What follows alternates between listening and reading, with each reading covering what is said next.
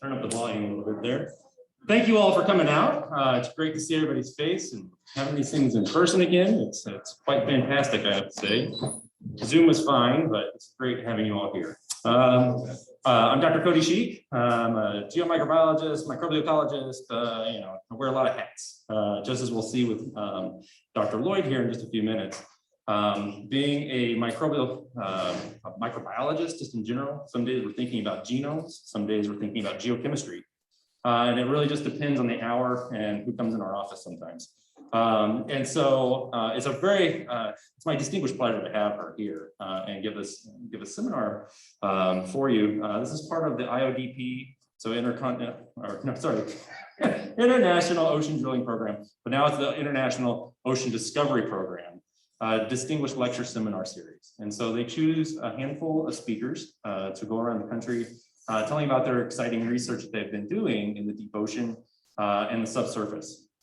And Karen has made some tremendous advances in our understanding about how microorganisms survive in these really, really deep sediment environments across the ocean, where there is very little carbon hanging out for these organisms. And I think one of the best terms she's probably going to talk about it today is the death ohm. And I've always loved that term. But just let me rattle off a few things. Dr. Llyod is an associate professor at University of Tennessee. She's been there since 2012. Yeah. And so she has in that time period, I'll have a couple of things here. She is an Ian Moore Scholar at Horn Point Laboratory, a Chancellor's Professional Promise in Research and Creative Achievements. She has also done NASA Early Career Fellow, a Simons Early Career Investigator in Marine Sciences, which is very coveted and a very distinguished award. She's an Alfred P. Sloan Fellow. She's also a Kavli Fellow as well. And so the list keeps going on, and I'd rather us listen to her talking. But and so I would hopefully have some stimulating discussions afterwards, and just like I've had since she got here. So with that, I'll let Karen take it over, and let's give her a really great talk. Thank you.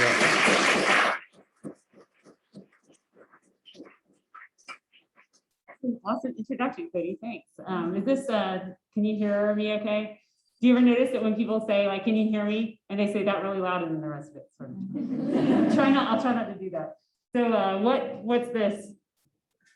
Earth. It's like, wait, is that Europa? No. If you take Google Earth and you sort of flip it around and try to play with it, you can almost get a view of our entire Earth that has no land in it. So New Zealand is like, oh, I'm never going to stay out of here. But it's really great. It's a reminder that really most of this Earth that we live on is ocean, and we just don't often think about it, but it is. And if you add up the number of microbes that are present in the muck underneath all these oceans, so just the mud, the bottom stuff that maybe you've never thought about, it's just kind of out there doing God knows what. You add up the total number of living microbial cells in this sediments, turns out to be 3 × 10⁻²৯. So this is a huge, it's a literally astronomical number of the amount of biomass that's in there. This is about 1/3 of all the microbes on our planet. And so when you talk about life on Earth, you really need to talk about life in Earth, because there's a lot more stuff down there. And this is really what motivates my research, like what in the world is going on with this stuff. So one way we get to these microbes that are in deeply buried sediments underneath oceans is through drill ships like the JOIDES Resolution, through the NSF International Ocean Discovery Program, which is the most useless name. Like, oh my God, it's so dumb. We're not discovering oceans. And it used to be the Integrated Ocean Drilling Program, which is what it is. Like, this is a drill stack, and you put drill strings on here and you send them down to the seafloor, and you actually drill into the seafloor. But when the word drilling got political, there were some people who got a sort of a knee-jerk response and were like, oh, we have to take the word drilling out of it. We don't want to be political. So now we have this name, so whatever. But they're great because this is the US ship. The Europeans have a ship, like they don't have their own ship, but they outfit out, they retrofit other ships to be drill ships. They're called mission-specific platforms. And then the third big component of it is the Japanese that make, that have the biggest ship of all. It's called Shikyu, which means earth in Japanese. And they can actually drill deeper than anybody else can. So it's a really exciting, promising ship that has just come online. But if you think about, all right, so somebody gives you this ship and says, I want you to collect tiny microbes, invisible microbes, drilled down underneath the seafloor and bring them back through the seawater. And I want them to not be contaminated with all the microbes that are present in the seawater. Go. Like, that's impossible. Like, how am I going to take this giant instrument and somehow get the stuff back uncontaminated? That is a key question in what we do. And so we have two solutions to how we do this, how we actually sample the deep sea, the deep subsea floor without contaminating it all to hell. So one thing we do is that we use advanced piston coring. So are you guys Labyrinth fans? You know that like Muppet thing? This is like the cleaners, but this is the drill bit, and it's like this big. And so this goes down. So you send this down. Basically, the ship is stuck with a pipe to the seafloor the whole time this is happening. And you drill down, and this part gets totally contaminated. You use seawater as drilling fluid here. But then there's just a plastic core that shoots through this, and you detonate a stroke up at the top of this, and it shoots this through with such force that it moves almost 10 meters in 2.5 seconds. So that pushes through the sediments, and you get these nice clean samples that have never touched seawater drilling fluid. And so that's the first way we get nice clean stuff. But you still got to drag this back through seawater and hope that it doesn't get contaminated. So the other thing we do is we add tracers. So we add these perfluorocarbon tracers, which is just like a tiny chemical that volatilizes and turns to gas so that you can measure it on a gas chromatograph. And so this is some of the data coming out from looking at the outside of the core, midway to the center, and then the center of the core. This is the whole core. This is like a 9.5 meter long core of mud. And then it gets cut into sections, and each section will have this test done to it. And the data that come out, if you compare the exterior and the halfway into the center of the core, when you get at the center of the core, in the center of the long part of the core, you basically can get below detection limit of this tracer that's added to the drill fluid. And so because of this, we really know that when we sample the insides of these cores from the middle of the core, we're actually getting real uncontaminated stuff, this was key, because for years, people even denied that the deep biosphere really existed, because it was always like, okay, well, it's all contaminated, but it's not. This stuff is really, really good. So now that we can do this, now that we can get uncontaminated samples, the world is our oyster. We can figure out what's going on down there. So let's look at this question, like what kind of microbes are down there? So I was lucky enough to be part of the first aseptic drilling expedition. I did not go out on the boat. I was a starting graduate student in 2002 when they got the first samples back. And so I got to work on the samples. They're off the coast of Peru, and they drilled down 100 meters into the seafloor. And I will show you the microbes that we got back. And I'm not going to list their names, and I'm not going to show a phylogenetic tree. And I'll show you those later. But it's just because I want you to get like the essential bits of information from this and not be distracted by unimportant stuff.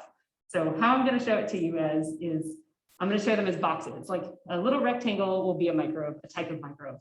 And if it's totally blue, if it's filled in blue, then that means that it's the same strain that somebody has grown in a laboratory.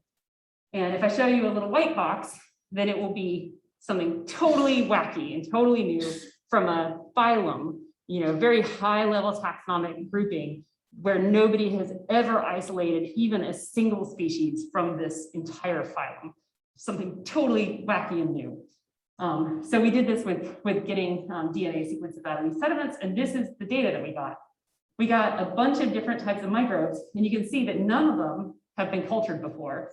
And some of them are new phyla, are really, really new stuff. And even the ones that are like past blue are still like new orders or new families. So this was really exciting to be my first PhD project. Like I was literally discovering new phyla every time I got a DNA sequence out of this stuff. It was really, really fun. And so it's fun, but at the same time, it's frustrating because it's like, great, I've got a DNA sequence of something that's basically like an alien on Earth, but I've got literally nothing else from it. Like, what can I even say? So clearly what you want to do is go into this new environment that's full of lots of new things and start culturing things, start growing stuff. So there were people who were on the ship who set up cultures. And so, okay, let's get some cultures out of this. So I'll show you the culture results. And every time they pulled the same DNA sequence out, or the same microbe that we got with the DNA sequences out, I'll line it up underneath it and sort of like add any new ones on over there. So what they got was this. Completely not overlapping. There was nothing that we found with DNA was what was found in the studies where they tried to culture stuff. And furthermore, the stuff that they cultured was stuff that had been cultured before. The weeds, the stuff that grows well. So there's actually another lab that did this as well, because these are new exciting samples, so lots of people want to try it. And that's the result they got. So it's not just that these people were particularly terrible at their jobs, like these people did the same thing. And this is a big time culturing lab out of Germany that knows how to do their stuff. So we have this sort of like big mysterious pack of stuff that we've discovered down here. And some people call this, I don't know if you've heard this term, microbial dark matter, because astronomical dark matter is matter that takes place in the universe that we can see the effects of, but we don't really know what comprises it and why it's there. And it's kind of the same thing with these microbes. There's a whole lot of them, but we don't really know what's going on with them, but we know they're really different. So the next question that I wanted to ask was, well, are these things really abundant? Like when we do this DNA sequence stuff, we amplify the sequences. So it's like, maybe we were amplifying just part of them and we didn't, they're not quantitatively that abundant. I did a study, which was just kind of a fun thing that I was doing in the background, where we downloaded all the metagenomes. So these are DNA sequences that are on public databases that have not been amplified. So they are maybe not purely quantitative, but they're much more quantitative. If you get a lot of DNA sequences from one organism, it probably was more abundant in nature. So we downloaded all of them from everyone who has ever put stuff online and counted up, figured out how closely related each of those DNA sequences were to something that had been known before. And this is the result that we got from the deep marine subsurface. This tiny yellow pie wedge here were the cultured organisms. So really what we were finding with the amplified material was true for the total cell counts, or the total amounts, as far as we can infer from metagenomes, that really the majority of the cells in these environments are either novel genus to class or even novel phyla. And that's the bacteria, and the archaea have the same thing. And I also, I sort of talk about cultured, like grown in lab, as being a known, like we know what's going on with them. But remember that even this little yellow slice, even if they're in culture, we still don't know what they're doing out there, right? So like if I was a lion ecologist and I only ever studied lions in a zoo, then I would be like, oh, lions sit around all day and they just eat little squares of dead meat. Like they hunt, right? But I would never see them hunt because I study them in the zoo.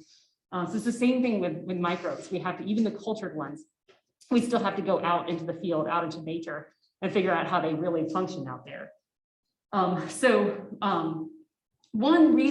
possible reason why this stuff is not yielding to our efforts to ask it to grow is that it just doesn't really grow very often out in nature. And the reason that it doesn't grow very well is that there's not much energy available to actually drive its growth. So my colleagues put together an assessment. This is based on reaction transport modeling of respiration in sediments from geochemistry. But that's a whole talk. If you're curious about how this plot was made, I'm happy to talk to you, but I'm not going to explain it here. Just believe me. That this arrow points to the power. So this is energy over time. It's the flux of energy coming into the cell. That is the lowest amount of energy that we know of for supporting not microbial growth like division, just like hanging on, maintaining your cell. But if you add up the total amount of power that's available for underneath all the world's oceans for two different types of respirations that we know about exist down there, we get orders of magnitude too little power to actually have the cells divide. So this is pushing the amount of energy that we know can support life to hundreds and thousands of times less, and furthermore, way less than you would ever actually undergo cell division and make a new cell. So your conclusion from this should be, if this stuff isn't growing, then the total population is going to decrease as they're buried. Like when you get buried down, somebody's going to die off, and it's going to be attrition. And that is exactly what we see. If you look at total cell counts, so just like look at it, dots underneath the microscope and counting them, the total amount of cells decreases with death in a lot of the oceans. So pretty much everywhere we go, everything is decreasing. They're all dying. Misled, it's actually a slightly different word. I want to credit my first grad student because I was so scared. I love this word so much. I was scared that I would steal it. Karen is not a biome, it's a diome. God, this is like freaking depressing. I had just gotten a faculty position to study this biome. Like, they're just dying. But like, you know, philosophically, aren't we all? They're okay. I don't want to judge them for dying. But, you know, you can look at this and be like, why are you doing this work? But even things that aren't super energetic and they're barely hanging on, barely breathing, if you multiply them through such a huge area, they actually have a really big effect on the world. So that's why we're studying them. They may not be doing much, but in aggregate, if you look at, this is just an example of one effect that they have on the planetary scale. If you look at the depth in these sediments, that their favorite respiratory chemical, sulfate, for some of them is used up. It's, this color bar tells you at which depth it's used up. The difference between all these colors in the sediments in all the world's oceans is decided by these microbes. They are basically setting the redox state of marine sediments worldwide. They've probably been doing it since we've had marine sediments on Earth. So they are really, really important, and they're worthy of our study. So given that they're so vast, they're so weird, and they're so important, let's ask this question, like, how do you have biology? How do you have life that persists in a near zero growth state, but active? They're not spores. They're not just sitting there like lumps. They're doing stuff for thousands of years. And I wrote thousands because that's the conservative estimate, but the oldest marine sediments are 150 million years old. So theoretically, that's the limit. Is this an adaptation or is this an accident? You know, a lot of times when we first started having these conversations in the field, you know, in my field of research, we're sort of like, well, you know, they just don't die. So there's no adaptation to not dying. It's just an accident. But we actually think we have evidence that there are actually adaptations to persisting in this long state. And I'll show you some of the results that Jordan, my first grad student who has since graduated, has done for this IODP expedition. This is one of these European funded retrofitted ships with a drill stack, and they had to do it because they had to get underneath the bridge in Denmark. And so they went around the Baltic Sea and collected these deep cores. And so I'm going to show you the results from an 8,000-year-old 50-meter core that we had. And so we looked at, I'm not going to like go into great detail from the study because again, that would take a lot of time, but we used evidence for their activity based on their genomes, the genes that they have, the metabolites, which are the small molecules that are involved in all the metabolic processes. If you see the molecule there, then maybe the metabolism is actually happening. RNA transcripts, so genes turn into RNA, which is like the message to be turned into proteins. And we also did direct assays of the activities that we were predicting to see if it was actually happening in the sediments. So from all these things, we were able to come up with sort of a list of what we think are adaptations to this not dying thing. They do NAD consuming DNA repair. So you guys are undergrad biology majors, some of you, and I know you guys know the Krebs cycle, the TCA cycle, and I'm sure you love it because everybody loves it. But you know that NAD electron carrier, and it goes between NAD, NADH, whether it's got an electron or not, it's just like this little redox thing. Well, these guys are not redox cycling it. I mean, they do that, but they're actually breaking it apart and they're eating it to repair their DNA. So we saw evidence of a production pathway for NAD, meaning that they were consuming it to repair their DNA and replenishing it through the quinolinate pathway. The next thing we saw was that they seemed to be accumulating a lot of osmoprotectant. So trehalose was the disaccharide that these things seemed to just almost everything there seems to be able to make it and keep it in high abundance in their cells. And this is not a function that a lot of cells have. We looked through a lot of other genomes, and it seems to be unique to the subsurface. And then sort of, this was a really interesting point that we didn't really expect. We found ecology, like we discovered ecology in these communities. Different microbes were eating different carbon sources, which implies niche differentiation, which is something that is hard to imagine if nobody has been actually adapted to live there.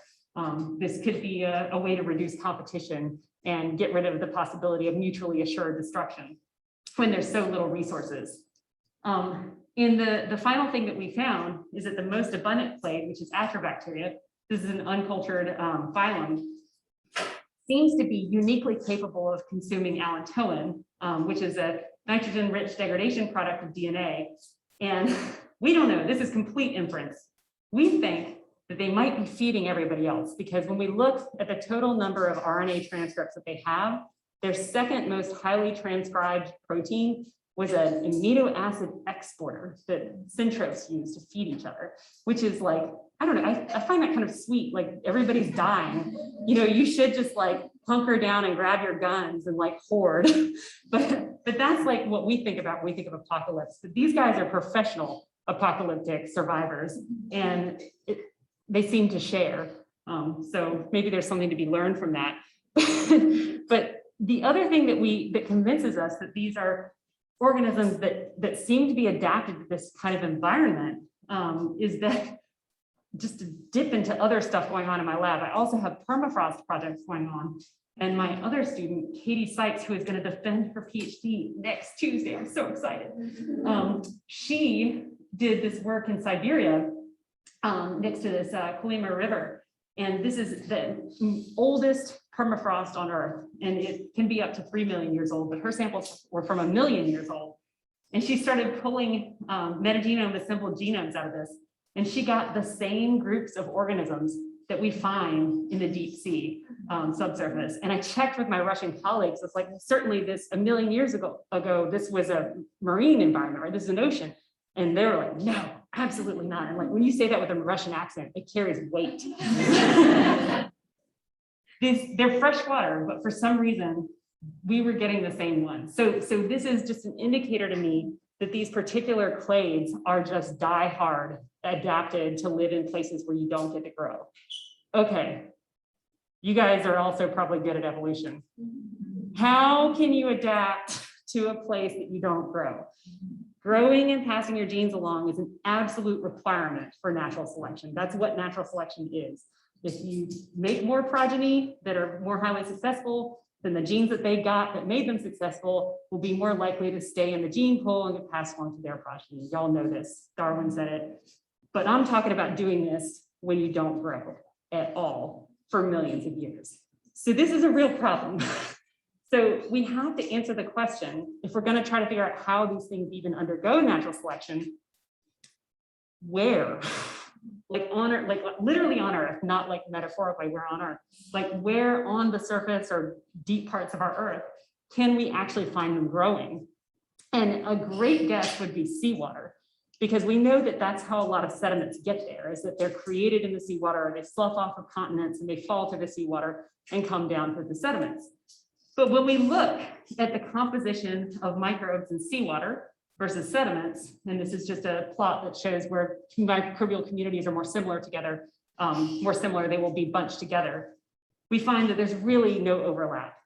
If you look really, really hard, sometimes in seawater, you can see some of these organisms who are there, but it's not like, it would be a different situation if we're talking about seeing the same organisms buried in sediments that we see frolicking and growing and being diatoms and stuff up in the surface ocean, and that they're just hanging on. Then we'd have a different question, but that's not what we see. What we see is that this seems to be a separate ecosystem, and they're not growing up in seawater.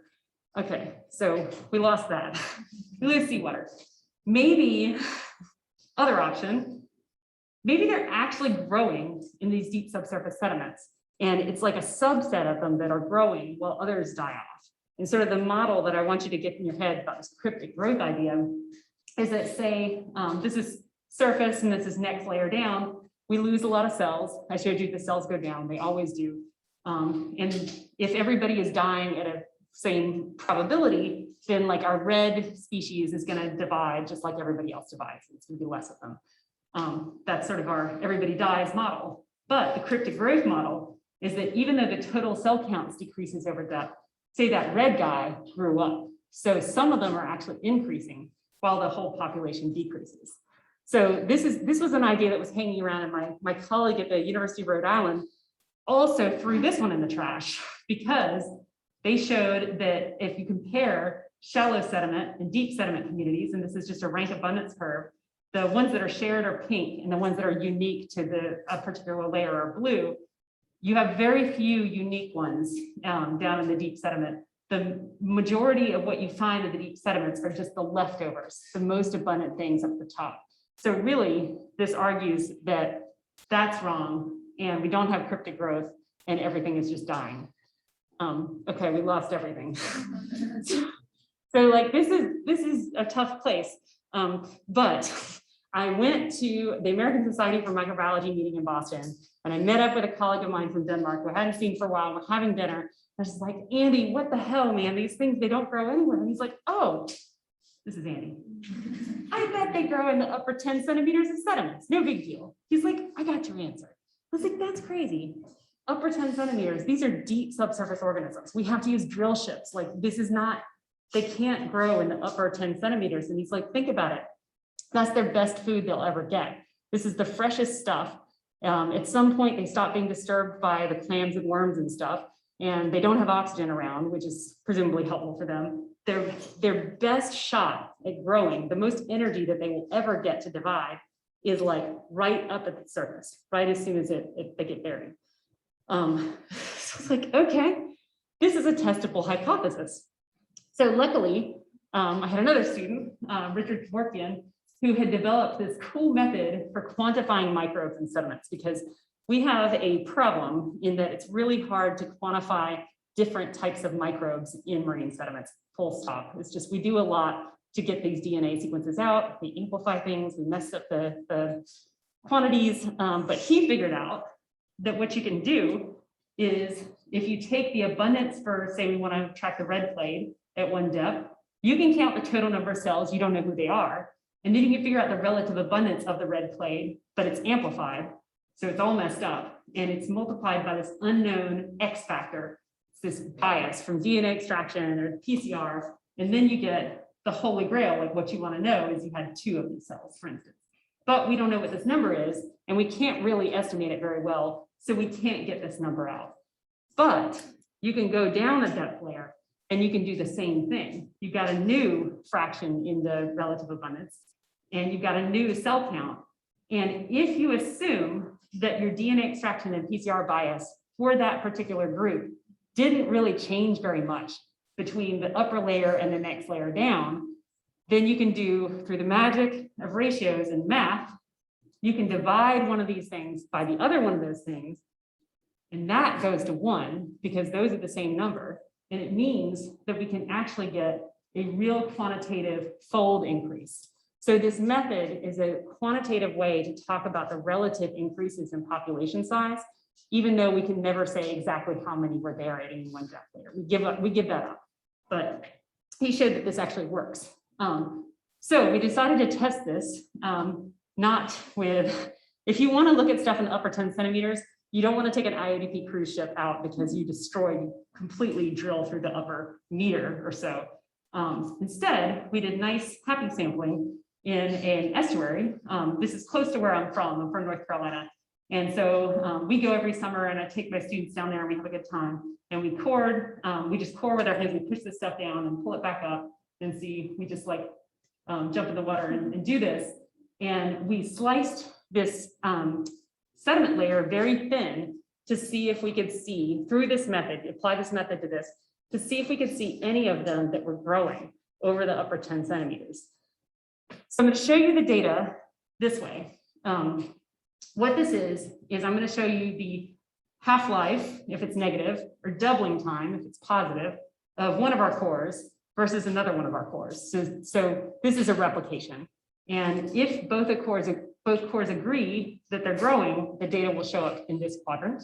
If the cores agree that they're both decreasing over depth, they show up in this quadrant. Well, and I should say the reason why we get years on this is that we know the sedimentation rate. So there we can change depth into time, making that assumption. And any data that we get here is bad. And any data we get here is bad. And remember, we're doing something that is not normally done. So I side-eyed it and was suspect of it every step of the way. And this is plotting these two things against each other with my first check on, are we just looking at random squiggles or is this real? And when I plotted the data like this, it just like magically fell in these two quadrants. It was so good. And like we were talking at lunch, like nothing ever works. Like y'all should know this. In research, everything fails. So when something doesn't fail, you got to celebrate. Like this is a big deal. So the other gut check that I put this stuff through is that notice some of them are sort of these bright, vivid colors, and some of them are in pastels. And not looking at the data, just looking at the names and knowing what I know about them, these names of the bright colors are deep subsurface organisms. These are the same clades. You know, in an estuary near my hometown, we can find the same clades that we find, 8,000-year-old Baltic Sea sediments and, million-year-old permafrost.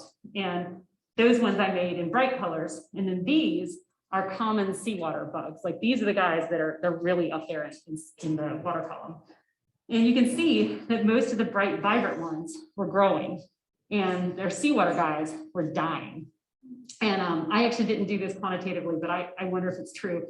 This seems to be a tighter correlation on a 1-to-1 line, and this is more scattered. I always wonder if that's because these are intentionally growing and that is just their growth rate. And these ones are dying at random times. So it doesn't agree between the two. I don't know. I'd have to have a lot more data to like really nail that. But the other thing that I sort of the gut check is looking at how cultured they were. So I put an X on everything that was from a cultured family or down. Like that's not even like a very narrow relation to cultured. And most of the X's are down here in the dyers. And I put a dot on everything that was really, really uncultured, like really crazy stuff. And most of our dots are in the growers. So what this means, well, I'll show you the next thing, is that the last gut check I put these through was I looked at, of the ones that got X's, were they aerobic or anaerobic? Because these sediments are anoxic. So if they're growing, they really ought not be aerobic. Then we have a problem. And the only ones that were, most of the ones that were dying were aerobic. And the only ones that were cultured and growing were anaerobic. So that sort of passed muster. And so what this means, I mean, this doubling time that we got was between 5 and 20 years. So if you grow stuff in lab, you'll never get this to grow. But because we have this recording over these sediments, we were able to see that yes, even in the White Oak River, they were actually growing, they were increasing. But again, we inferred this from looking at a sliced up core. And again, I wasn't totally confident in this method. So we also took some sediment and just let it sit on our bench to use real time. And of course, we don't have, 60 years to get 3 doubling times out of this stuff, but we did have 2 years. And so we let them sit for 2 years. And then we looked at their doubling times and we still were able to find dyers and growers. And the vibrant colors sort of also died here. So that didn't work out so much. The other sort of gut checks didn't really go, but we were able to find overlap between a couple of the clades just to see if they had the same rates of growing in these two types of an incubation experiment versus in the sediment layers. Oh, sorry, the anaerobes work out too. And we found that they actually were sort of agreeing. So here's our 2 cores. And we actually backed it up with qPCR as well, because again, we didn't trust any of this. So we had about 10 years doubling time for these 2 cores, and we got 6 years out of the marine sediment. So this is not, I think that's pretty close. These rates didn't agree very much at all, but at least the direction of them agreed. And then all these uncultured clades had pretty similar doubling rates in both our incubations on our benchtop and this downcore method. So I conclude from this that the clades of bacteria and archaea that are common to these deep subsurface non-growing sediments and seem to be adapted to live where you can't grow, do actually grow in the upper 10 centimeters of sediments. This is the place. This is their happy place. That's if you think of it in terms of seasonality, you know, nobody looks at a tree that doesn't grow much in the winter and call it dead. You know that's going to come back in the summer. So this is like summer for them. Their summer is in the upper 10 centimeters where they get to grow. So how can we build a model where being able to grow over the upper few centimeters actually translates to being adapted to not do anything for millions of years? So here's the model. There's no data in this model. This is all like brain stuff. And I know that you guys know evolution better than I do, so I want this critique. So the idea is that so if these are sediments, that's your one shot. You get to grow there and then you stop. And then you just sort of go into dormancy for a million years or whatever. If you get resuspended, you get another shot at going through the growth zone. So if you had a mutation when you were going through this growth zone in your lineage and you got better at hanging out and you hung out long enough that you, the next time a hurricane came through and everybody got resuspended, you had a bigger population than something that didn't have that mutation. Then the next time your lineage goes through that growth zone, you have more population to start out with. And so you're going to have more success and you're going to pass your genes along more often. And so the organisms with better survival adaptations to not growing get in higher abundance to go through the growth zone the next time around. So that's it. That's the whole model. The only problem with it is that you have to think about some really deep sediments, making it all the way back up. And that's what Letitia is going to tell me how they work, right? Cool. But like, I don't know. I think it's possible. I think if you expand your brain to not be limited by biological time and start thinking about biology that functions on geological time, then suddenly a lot of things become possible. You know, if you wait a million years, you experience a lot more things that are very rare and very infrequent. So my conclusions are that there is a massive subseafloor biosphere, and it's made of really strange organisms that we don't find in the surface world, and they obsess me. These have special adaptations. They're not there by accident, and they are specially adapted to not grow, to just chill. And I think this is interesting. I really hope that we can find something useful in these microbes, because if you have such a weird lifestyle, like there's something through biomimicry or something that we can take from these guys and, I don't know, make better medicines or beer or something. And I think that this adaptation for life in this deep subsurface could actually be driven by their summer, their chance to grow, which is right up at the surface, which is kind of mind-blowing if you're used to thinking about the subsurface as I am. Okay, so thank you guys so much for listening. I have named the people who helped with this during the talk, so I won't name them here. And these are, yay, funders. We love them so much. And this is my building. It's very pretty. That's not my building. That's where the administrators are. The administrators are always in really pretty buildings. And mine is also nice. And that's the Tennessee River. And my lab is on, like, overlooking the river. And we have big windows and it's really cool. So, okay, thanks, guys. I'll take questions.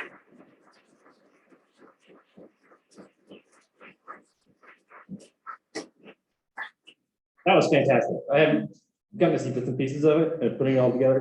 Awesome. So as customary, we always open the floor up first for undergraduates to ask any questions. And so have at it. I'm sure there's probably some out there, right? Oh, okay. That's coring by hand. Like swimming and core by hand. What's that? Yeah, coring by hand is a big mess. And it's like, it's very close to drowning. Like you got just like, so we have meter-long core, like empty core liners. And the water is about up to here and it's completely opaque. So if you lose anything, it's gone forever. And we just like hold on to the side of the boat, we're like rocking all around, and you shove it down with your hands, and then you stand on it and you jump and you put it down some more, and then you have to take a big breath because we're too cheap to rent scuba gear, and then you go down and you dig with your hand underneath it with a stopper, and then you grab it and you're pulling, and actually we attach it to the boat too, so whoever's on the boat is also pulling you and help you get it out, and then you lift the whole thing up and it comes up like that, and then usually it's only 20 centimeters and you have to throw it out and try again. You should just go out on the ice like we do. Like it just really wait till it freezes. Just wait till it freezes. Oh, Yeah. I know. Was that a like you're in a warm climate burn? Yeah. I'll take it. It sounds much more interesting though. Being on the boat. Yeah. Just wait till More it's solid. questions?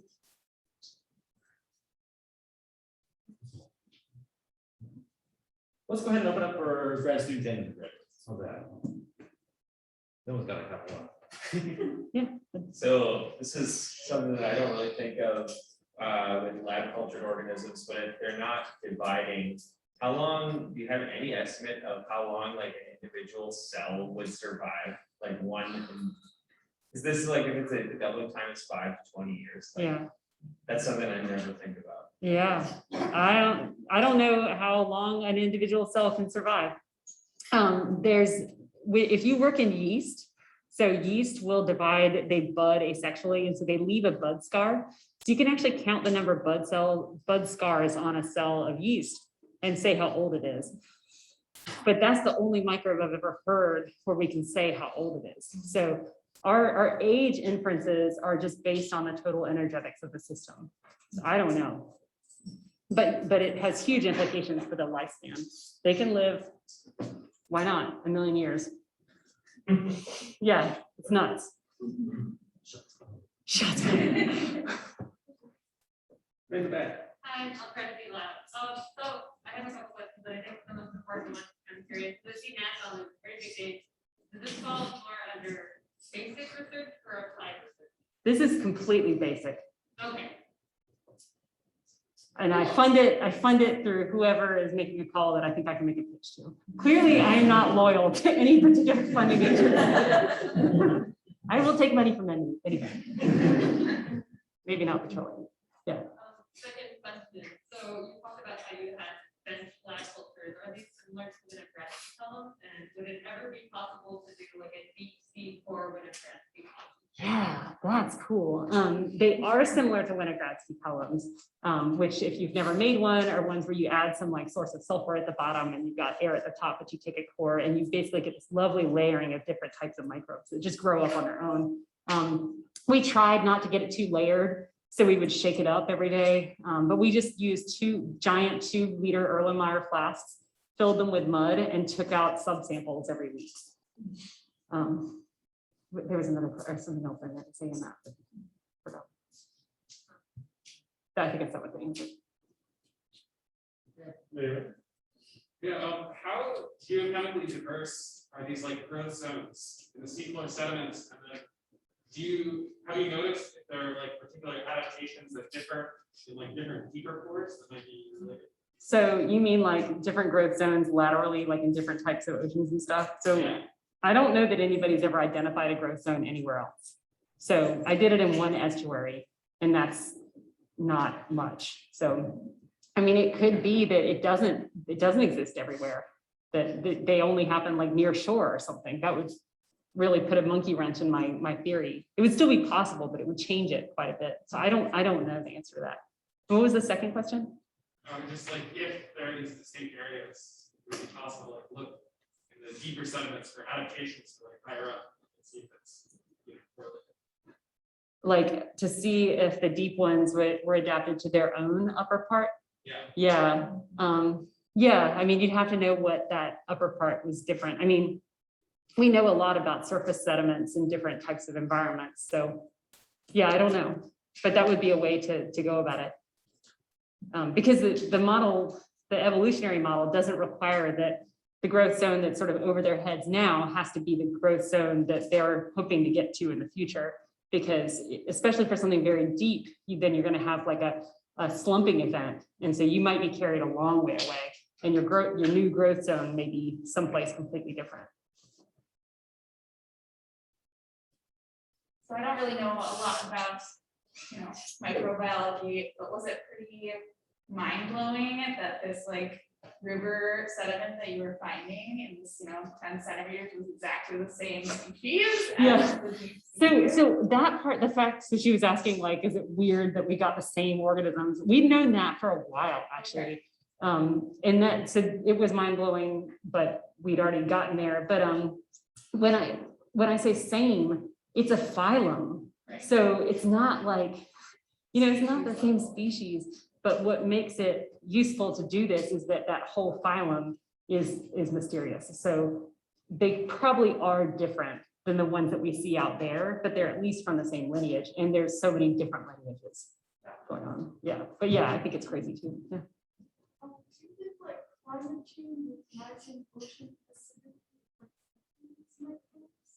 Yeah, that's a great question. Is rising ocean acidity and climate change affecting them? Not over short time scales. Like when they're deeply buried, they're not going to notice. They're completely ignorant of what's happening with climate change. But they certainly affect longer term climate in that they change the chemistry of what's happening in the sediments. And that's what gets buried at subduction zones and what gets uplifted in accretionary prisms. And so that all is tied into what the microbes are doing. But I don't know. I guess the surface ones could care about climate change. They seem kind of climate change proof. Are there any plans to develop the technology to sample those top 10 centimeters or like with the submarine or something? Because it is such a big international effort to sample some of these seafloor areas. Is that potential in the works at all? Oh, we can do that. Okay. It's just that it's not so much a technological limitation as a like programmatic one. So like on these big drill ships, all you do is drill. But when we go out on other UNOS vessels, like normal research vessels, yeah, you can use a multi-core, you can use a box core, you can like get basically like a big bunch of undisturbed, beautiful sediment, surface sediment like this big around. And that's how people study like benthic fauna and stuff. There's rumor cores, there's a lot in submarines too. So like you got, if anything with a T handle can be deployed. So you've got like cores and you pick up the sub core that you punch a hole and then take it back. It's just hard to pair that with the deep stuff. And we do with the submarine sometimes, like you'll run your submarine operations during the day and then everybody comes back up and then at night you can work all night. There's like a second team who's dropping things over the side at night because you're not allowed to drop anything over the side when there's humans in the water. Let's go ahead and open up for everyone. So one possible mechanism that we suspend sediment on a geologic time scale is thinking about. What? I noticed where your cores are, one set of your cores are taken off the coast of Peru. There's a trench there. That's where the Nazca plate is subsiding underneath the South American plate. And so when those plates slip, which is on the order of for any given spot on the order of, once every million years or so, that can cause resuspension. Yeah, I think that is exactly right. I'm not saying that's the only, Yeah. but that's one possibility. So what would be really neat is to get the joint vessel to sample on transects away from subduction and see how your microbes change. You mean towards like starting from the trench and going landward? Going Seaward. You're going landward, then you're going to the continental plate, you're going seaward, then you're going to the ocean. Yeah, to get to see if you can see them popped back up. Yeah. Yeah, no, I think that would be amazing. I do. I actually think about subduction zones a lot. And it's like so gratifying to hear you like come up with that independently because it feels a little crazy to suggest that an organism is just waiting to be subducted. Well, I'm a geologist, I'm a biologist. Nice. I'm doing the opposite. Darwin was staff on the voyage from Beagle. We'll further south on the coast of Chile. And there was an earthquake there, and they were still out at sea. Unbeknownst to Darwin, they were right over that trench. Oh, wow. And he reports in Voyage of Beagle that they immediately started smelling hydrogen sulfide Oh, cool. coming up from the sediment. These guys. That's their like signature smell. Yeah. Oh, that's awesome. Thank you. So my question was actually about resuspension. So like how deep are the deep sea cores? Like how deep is the ocean at those spots? Oh, there is a limit to where joy days can go. I think you can go maybe a few kilometers. Sure. So that like they're waiting for a pretty significant, like it would have to be a hurricane or something that could actually upwell water from that deep and go directly over. Is there any other? Hurricanes would be a nearshore phenomenon. Yeah, you so know. is there anything other than plate tectonics that would actually cause a resuspension or not really? Slumps and slides. So an earthquake causing a submarine landslide could do it, or just being at the edge of a canyon and having a slope failure. I do not know. Those are the ones that I know about. I don't know if there are more. And then getting accreted at an accretionary prism when you're starting to get subducted, and a mud volcano would be, but not mud volcanoes, at least the ones that I study in the South Chamorro Islands, are pH 12. But that's not it's not a non-starter. You could do pH 12 sometimes.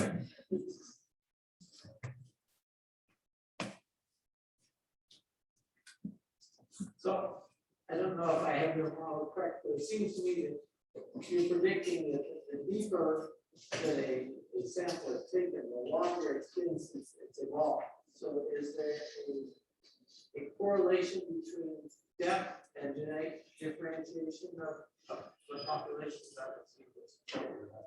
Yeah, that's right.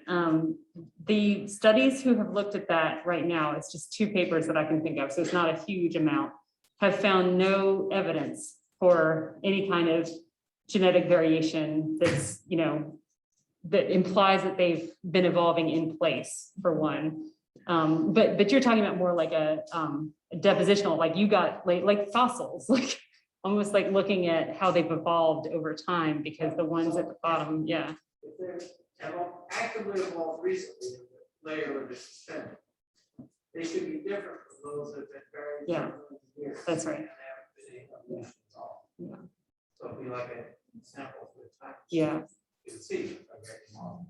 Yeah, we need to do that. Yeah, that's cool. Any other questions? Well, if anybody's interested, we're gonna pop over to Tavern on the Hill here in a bit and have a nice conversation. And so with that, you're more welcome to come along. With that, let's thank Dr. Karen Boyd.